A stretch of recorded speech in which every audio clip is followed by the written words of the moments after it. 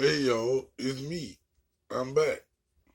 We're gonna react to the greatest Paralympic scandal of all time.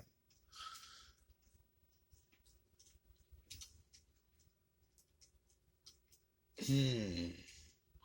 Could it be steroids? Hmm. Not the Paralympics. Anybody but the Paralympics. I guess this feeding into the stereotype.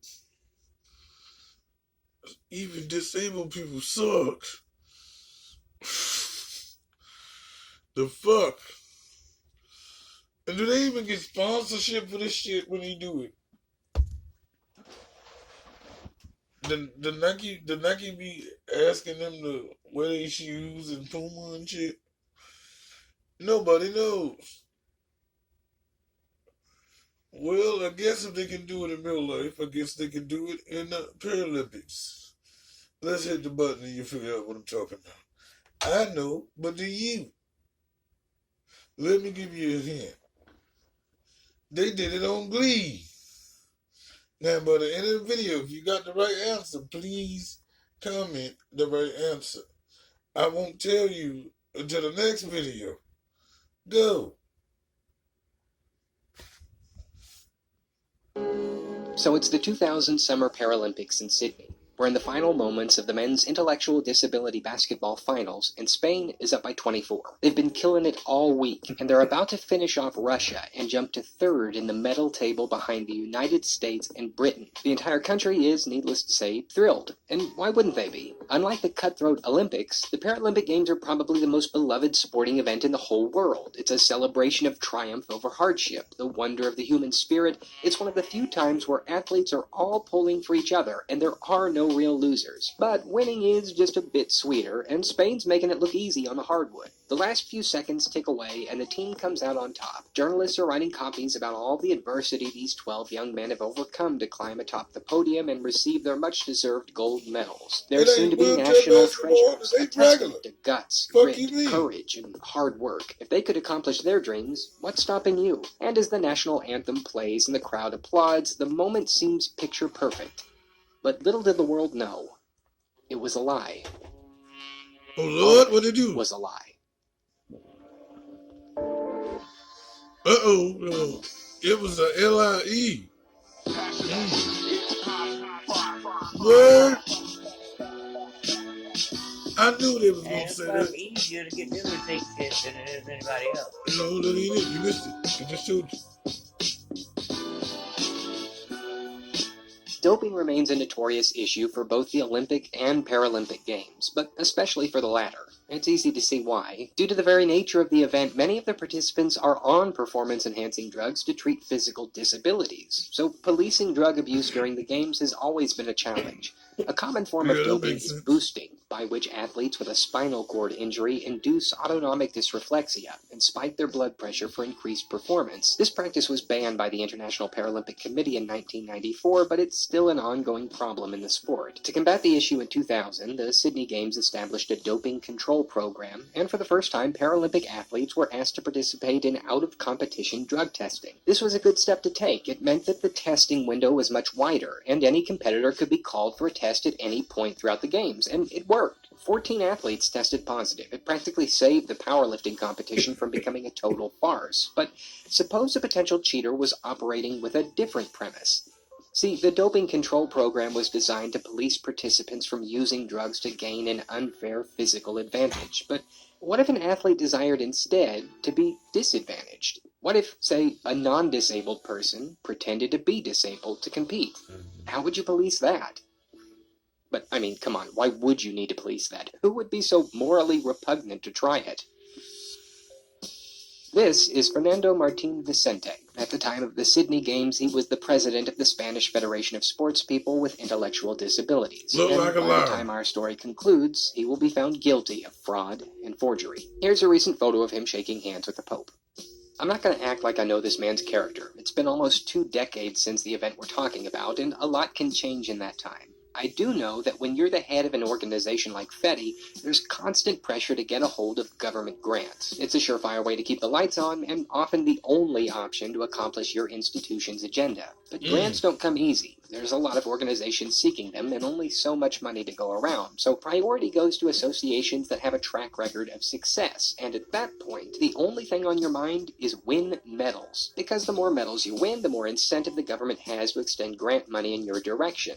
So why not, just for 1 year, enter a team that's almost guaranteed to win? Yeah, but how do you do that? Well, what if your team wasn't actually disabled? How much easier could it be to come in first? And again, you're only doing it the one time. Just win a gold medal, and the incentives for grants is guaranteed. Your organization will stay afloat for the foreseeable future, you'll employ plenty of people, and in doing so, your association can continue to assist those who are mentally disabled for maybe decades to come. It's a classic case of trying to justify shady behavior in the name of the greater good. So FETI set out to build a super team, and build it they did. All that was necessary was to recruit some fairly competitive basketball players who were willing to keep their mouths shut about the scam, and things were set. I mean, they really only needed to hire like 2 or 3 players tops to pull something like this off, right? I guess 5 if you wanted to stack your side of the court during play, but Spain took it even further. They recruited 10. 10. Damn. 10 players out of the 12-man roster were not actually disabled. If you're like me, the only thing on your mind is, how? How did they pull this off? How did nobody notice this? It's a fair question to ask. See, in order to qualify as a participant in the intellectual disability basketball event, a prospective player is required to complete a litany of mental tests to determine their eligibility. The competitor must be determined to have an IQ of no more than 75. So these 10 guys had to purposely fail a series of intelligence tests and make it look authentic. Naturally, I decided to test this myself. What if I was one of the 10? Could I fake my way through an IQ test into the category of mental disability? I mean, how hard could it be? But there was a challenge. I mean, I needed to score low enough to qualify for the event, but also high enough so as to not attract any suspicion from hypothetical outside auditors. Correct. I figured 55 was a good target to aim for. So a bit about the IQ test. It measures several factors of intelligence like logical reasoning, math skills, language abilities, spatial relations skills, knowledge retained, and the ability to solve novel problems. Though it's always had some controversy associated with it, it's still a fairly good way of judging a person's level of intelligence.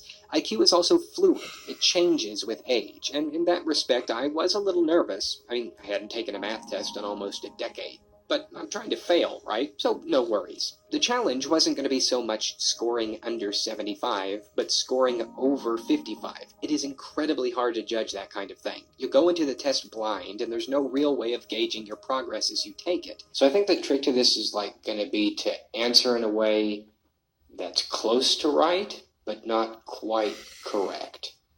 Does that make sense? 2 women start at the same point. They walk in opposite directions for 3 meters, then turn right and walk another 4 meters. How far apart are they? Some Gobelsteins are Pajanters, and all Pajanters are Goebbelsens. Are some Gobelsteins definitely Goebbelsens? It's too early for this. What the fuck? Add the even numbers in this list. 2, 4, 6, 11, 18, 37, 38. Is the sum an even number or an odd number? Well, What the hell? I They answered gotta that be one right funny on as shit. accident. After about 40 minutes of deliberation, your boy walked away with an IQ score of 25. Might have undershot that a bit. So sure, I guess technically I wouldn't have had any problems qualifying, but I don't know if such a score would have allayed suspicion either. Another point I should probably make note of here. In the research for this video, I read conflicting reports as to how extensive the testing was for each player on Spain's team. Some claim to have never been tested at all. Some alleged that they purposely scored low on tests issued, and other reports I read stated that all medical forms were forged from an outside source and delivered to officials without any players being made aware at all. But whichever way you take it, the end result was the same. They all managed to slip in with no issues. But every crazy story needs crazy twists, and this one's got a doozy. If this whole thing was a Hollywood movie, the main character would undoubtedly be this guy, Carlos Ribagorda. Seaman was one of the 10 recruited players that was in on the scam, and during the games he helped propel Spain to victory, but a few weeks after the closing ceremony, he sent sent his medal back to Paralympic headquarters, as well as his team kit and the 150 pounds that each Spanish athlete was given for the Sydney trip. Was it a sudden change of heart? Had his conscience finally gotten the best of him? No, Don't count you on it. cheated. The truth?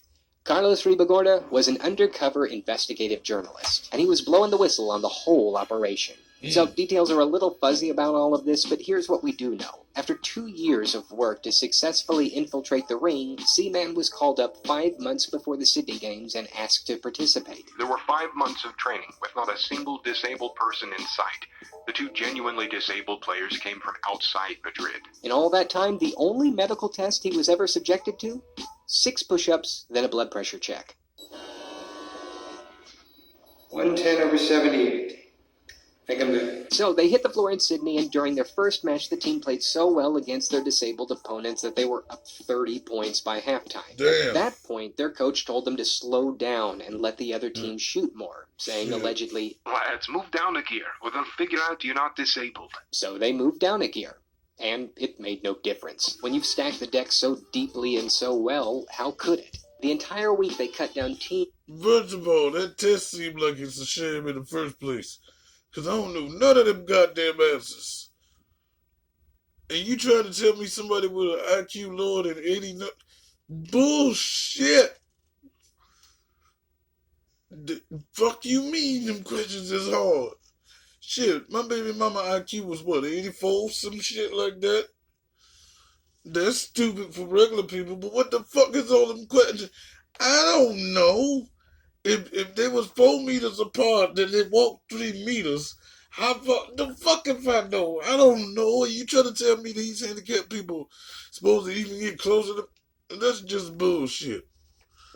That's racist. Team after team, and suddenly we're back to the medal ceremony. As the anthem plays, But as they with whooped their every ass event in the the bronze Paralympics, status, supporters though. Why begin you to go snap that deep photos on of the them? champions, and soon those photos are sent to newspapers all over Spain. They're the nation's Paralympic champions, after all. But funny thing about photos, they tend to get seen. When the team's picture appeared on the front page of a popular Madrid sports daily, it didn't take too long for players and coaches in that photo to get recognized. In an online article, the comments section began to be filled with people claiming to know this guy or that guy, how they weren't disabled at all, and the whole scheme began to slowly but surely unravel. Officials caught wind of the brewing storm and advised the players to wear sunglasses, hats, and grow beards so they wouldn't be recognized when the team arrived back home. After the plane touched down, Seaman got off the flight and blew the whistle by publishing one of the most bizarre exclusives of all time. And 2 weeks later, the team was officially disqualified and ordered to return the gold medals. The fallout was so bad that the IPC announced they would officially suspend all events that involved intellectual disabilities. All of them, due to serious difficulties in determining the eligibility of athletes. That suspension would not be lifted until 2009. In 2013, after a decade of investigation and court battles, Fernando Martín Vicente was found guilty of fraud and forgery, and he was fined 5,400 euros. A lot of folks would call it a slap on the wrist, but to be fair, he was also ordered to return the 150,000 euros that he received from sponsorships due to the team's victory. As for those 10 fake disabled Paralympians, when all was said and done, they walked away with no charges. This is the point in the video where I'm supposed to come up with some kind of moral, to wax poetic about how crime doesn't pay and cheaters never prosper. But I can't, because that's not true. The world has plenty of athletes who will gladly bend and break the rules to get a bigger paycheck. Many of them prosper far beyond what the straight shooters ever will. It'll always be like that. So I guess the only thing we can really take away from this, the greatest Paralympic scandal of all time, is cheaters may prosper, but they won't be happy. In a later interview, Seaman said this about the team's attitude during the medal ceremony. The whole thing was a farce, really. We stood there and listened, but it was a false medal. It was a false national anthem.